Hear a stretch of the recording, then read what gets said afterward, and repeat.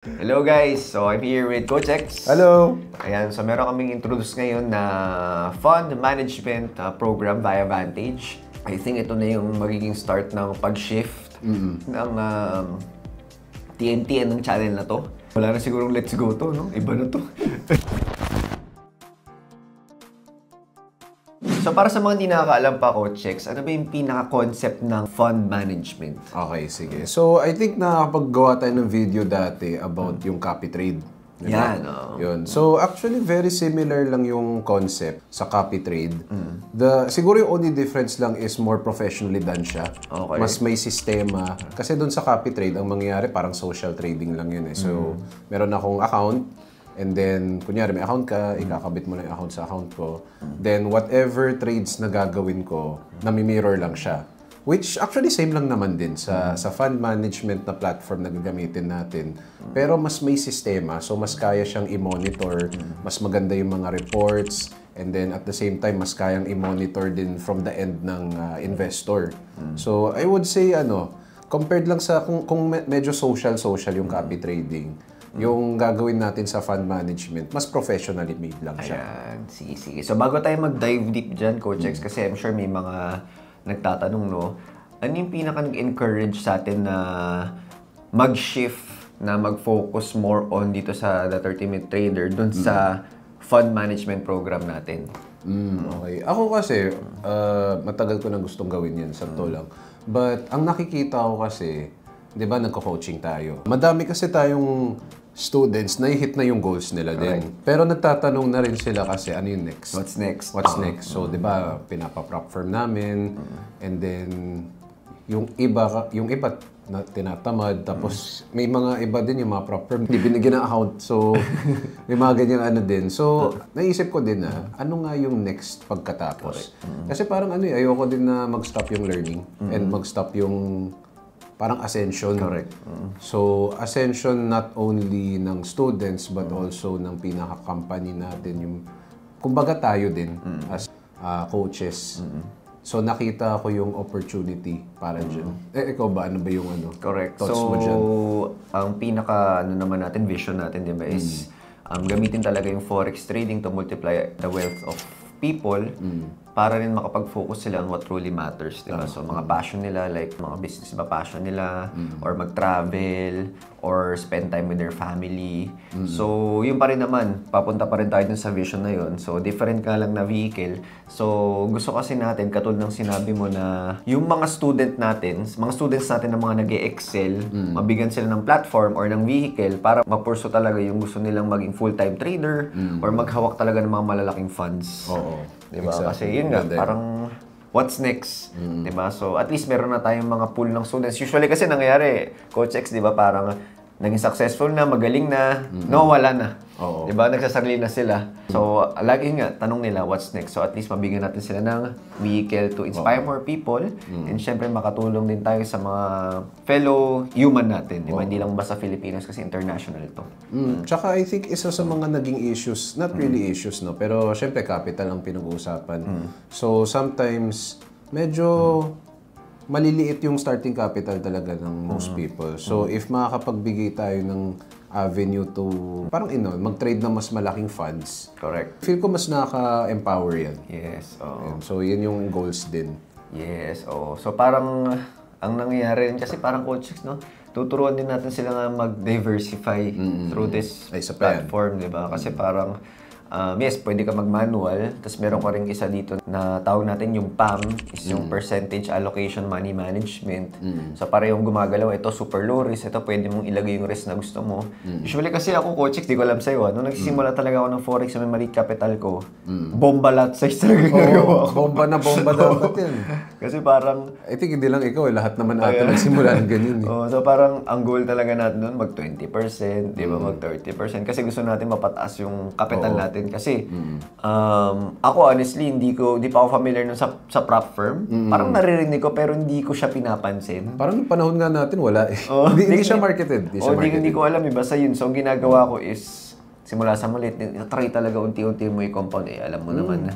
So, ayun, kumbaga mag-provide talaga ng avenue para at least meron ka dun mas save na monthly. Pero syempre, hindi namin sinasabi na lahat ng pera lagay mo ron. So, ano pa rin, diversification pa rin. Ano ba yung pinaka-thoughts mo dun sa diversification? Pag sinabing diversification, ilang mga percent ba yan? Low risk, high risk? Paano ba yan mag-diversify? Okay, actually maganda yun kasi kanina 'di ba napag-usapan natin yung point of view ng trader, yung assumption. Yung next na ata na sa diversification, point of view naman ng investor. Correct. So, sa point of view naman ng investor kasi, ako naniniwala ako na kahit papaano, meron ka dapat mapag-iwanan na pera na yung parang avenue, may savings. Ngayon, meron kasi tayong inflation, di ba? So, pag tumataas yung inflation, nadidevalue yung pera mo. So, yung mangyayari, kung ano yung worth ng pera mo dati, bago ng inflation, bababa. Kunyari, let's say, iniwan mo lang yung pera mo sa garden mo or sa kama mo, yung ganyan. For sure, yung 1,000 na yan, hindi na siya makakabili ng mga goods and services ngayon, katulad dati. So, parang sayang din. Parang nawala yung value niya. So, I think important din na may avenue yung mga tao na pwede nila iwanan yung pera na mag-grow mag-isa. Na hindi nila kailangan isipin yung risk na masusunugan or mawawala. Ayun, I think yun yung pinaka-important. Kaya ako, for fund management, yung principle ko dito is low risk talaga. So parang basta lang, wag tayo mapag-iwanan ng inflation. Oo, exactly. Diba? Tapos bonus na lang kung talagang mas mataas pa sa inflation. Kasi usually yung mga funds talaga, sobrang taas na ng 20% per year. Kumbaga, sobrang lupit mo na nun eh. Diba? So usually mga 6%, tama ba ako, checks? 6%. Meron actually isang bank, di ko naman sabihin, bank na nag-offer sa akin ng similar na fund, nasa 4% per annum. So, for me, parang, para sa akin, mababa na yun. Siguro kasi sanay na ako sa Forex eh.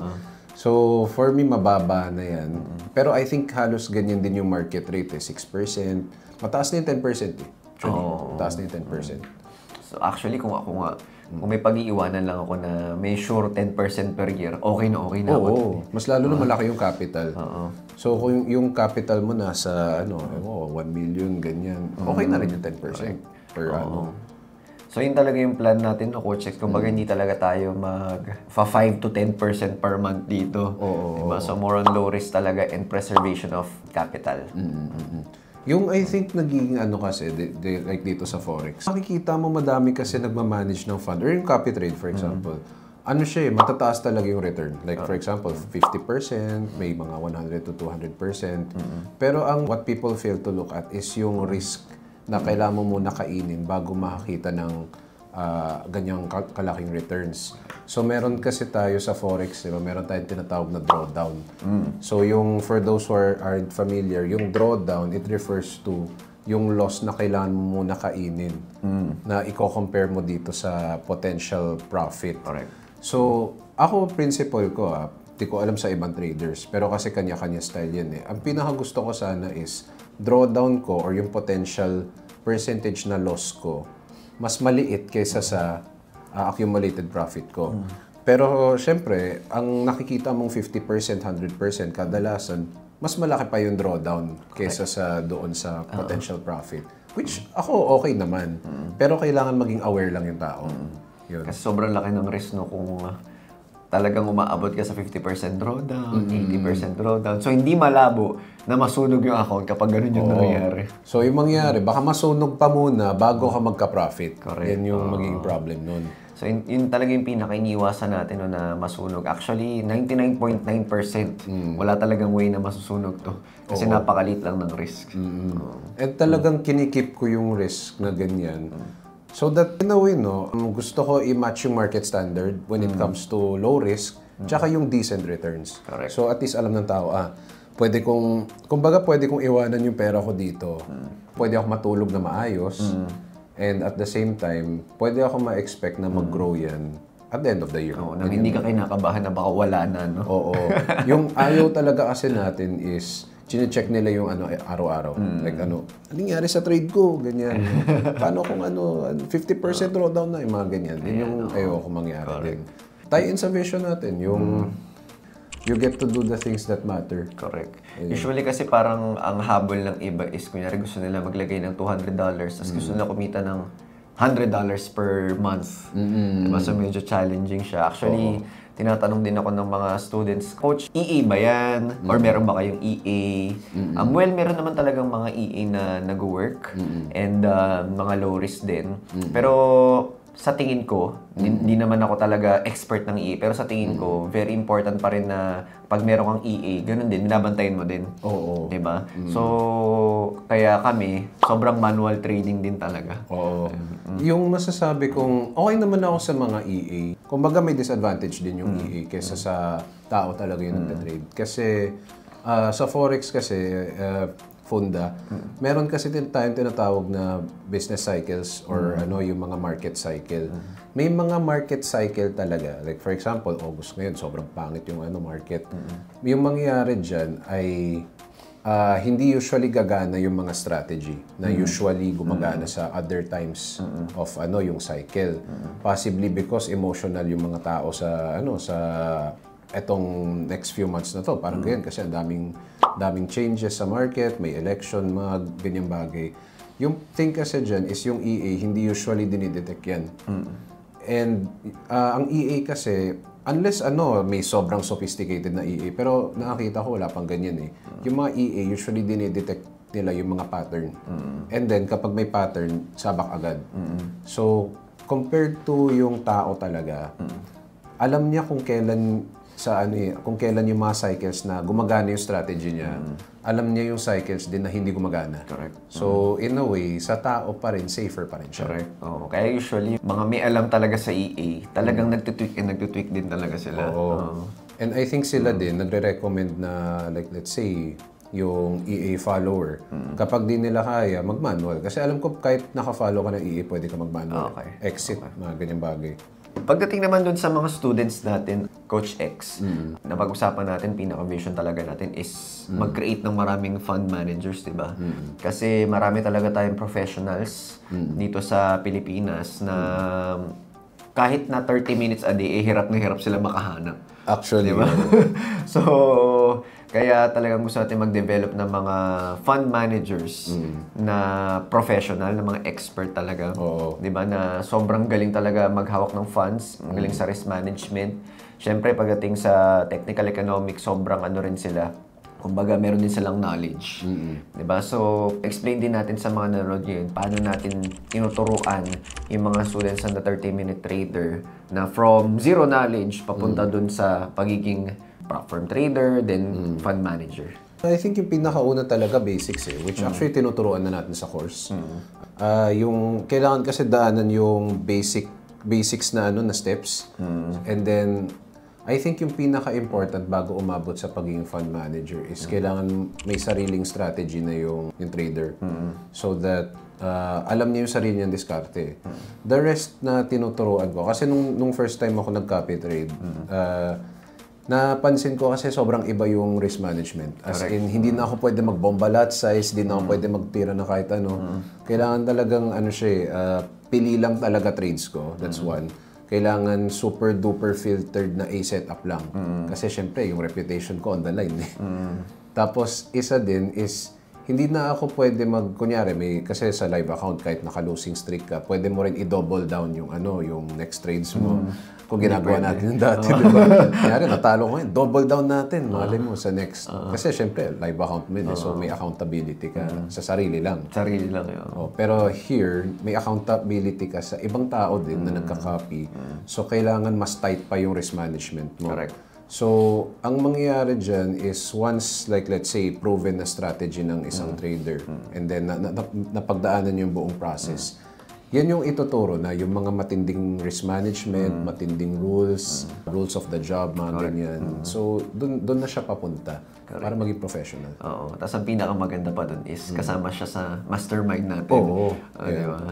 So, kami mga coaches, meron kaming mga weekly, minsan daily rin na mastermind pagdating sa mga trades namin para talagang may accountability number one kasi pagdating sa psychology, minsan yung iba talagang nadadown, tapos gusto na rin magpasok sa mga B setups.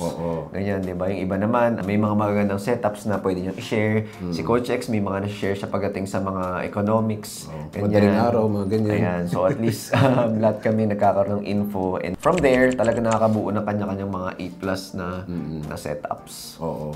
I think yan naman yung pinaka-important naman sa pagiging fund manager is that meron ka ng sariling record din, and then to protect your portfolio, yun yung pinaka-important. Para sa students, feel ko yun yung magiging goal natin para makaangat sila sa career nila in trading. Kasi may mga iba, sa nakita ko, sobrang passionate talaga sa pag-trade. May mga iba okay na sa gagawing side hustle yung trading. Pero ang dami kasi din na talagang gustong i-career. Like gusto nilang mag-quit ng trabaho, ng kahit ano, and then talaga makafocus sa trading. So, aside from yung prop firm, ang nakikita ko, ito talaga yung isa sa mga ways din. Actually, meron nga tayong mga students, di ba, na nagmamanage din ng fund, pero syempre mga maliliit lang muna. At least good start yun. And I think happy din yung mga clients nila. I think so. Hindi lang natin siguro alam yung scope sa kung ano ginagawa nila. Pero what if makakatulong pa tayo sa kanila? Correct.